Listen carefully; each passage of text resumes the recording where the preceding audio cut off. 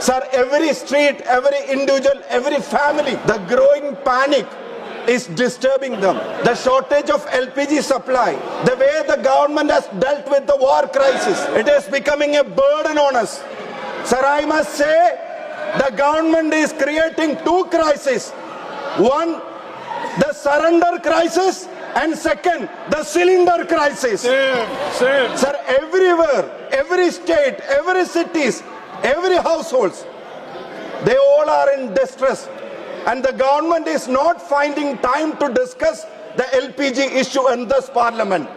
When LOP gave a notice, the government is not ready to discuss this. When crores of Indians are in distress, sir, where will we discuss these issues other than the parliament? Why we are elected and why we are here? To talk about those issues. But the government is not ready to address those issues. The government is not ready to open this floor for those issues. So, on behalf of India Bloc and every Indian, we strongly ask the government to discuss the LPG shortage on this floor immediately.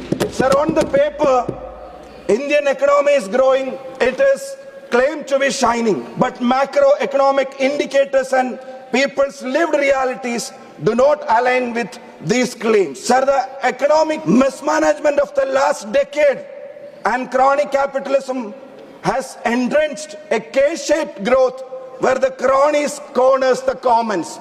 That is what is happening in India. We must say that. We must say that government must bring back our Manrega project because it was the lifeline of common people in this country. What is the government approach on Indian rupee? Sir, we heard all claims from then Gujarat Chief Minister about rupee versus dollar comparison. Our currency is on deathbed. Earlier, our rupee used to compete with dollar. Today, it's competing with currencies of countries like Bangladesh and Sri Lanka. The statement holder was then Chief Minister of the Gujarat. Now he is the Prime Minister of India. Now let us know to whom India's rupee is competing with.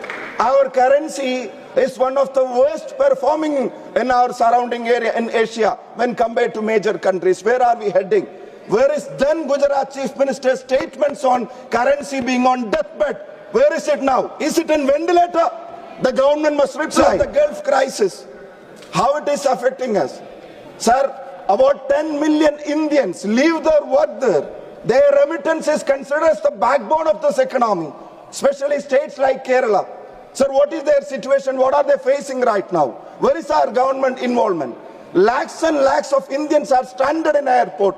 They were, even after booking the tickets, even after getting the tickets, even after getting the boarding pass, they were not allowed to fly. They were stranded in airport. We didn't see any government involvement. We didn't see any diplomacy in act. Sir, we all know that. We all know that those people are our backbone. Sir, those people who lost their relatives, they were trying to fly back. They were not allowed to fly back. Who did involve, sir? Who did involve, madam? So those people who are facing diseases, going for treatment, going for other family necessities, who went for visit, who went in there for visit visas, they all were stranded. We are not seeing any able and efficient involvement. Sir, I must say, in this crisis, silence is not diplomacy. It is surrender, complete surrender, which has happened to our country. Who will address those Indians who work hard for their family and the country? How they will come back? What special arrangement is being done for them? The people in GCC, the difficulties that they are facing right now, that must be addressed. The government must be ready to discuss this on the floor. The government must ensure that action must be taken. But where the Prime Minister has not got time, ma'am, he is busy electioneering. The Treasury benches must say that the Prime Minister, he must remind himself that he is not just an election engineer, he is the Prime Minister of this country, an elected Prime Minister of this country. Sir, he went to Kerala the other day. Now there is a case in High Court where the High Court itself has asked the government, where is the aims for Kerala? The government reply was, it is not included in PMSSY this phase also. Why it is not included, ma'am? Why after 12 long years, the offered aims is not being declared in Kerala? Why? Because the people of Kerala condense their seats to 0 to 1 always, less than 1 always. Is that the reason? No other valid reason is being placed before the people of Kerala. Sir, when the high-speed railway corridors was announced, we were expecting one announcement for Kerala also, but it was also denied. Sir, the unemployment that is rising day by day, the youngsters in this country is in distress. The foreign policy is failing India. Sir, we may have heard Indira Ji talking to the world power. We all have heard that. We are not a nation that can be bullied or pressured by any power. India regards America as a friend, not as a boss. India is capable of writing its own destiny. This was her statement as a courageous Prime Minister. But what we hear right now, India getting special permission and sanction and holiday for buying petrol or diesel or crude from Russia for 30 days. We must say the India-US trade, how it is badly affecting the farmers. Now to cook potato or to cook onion, will we need Trump's permission to cook whatever we like in Indian kitchens? Sir, this is a shocker for us.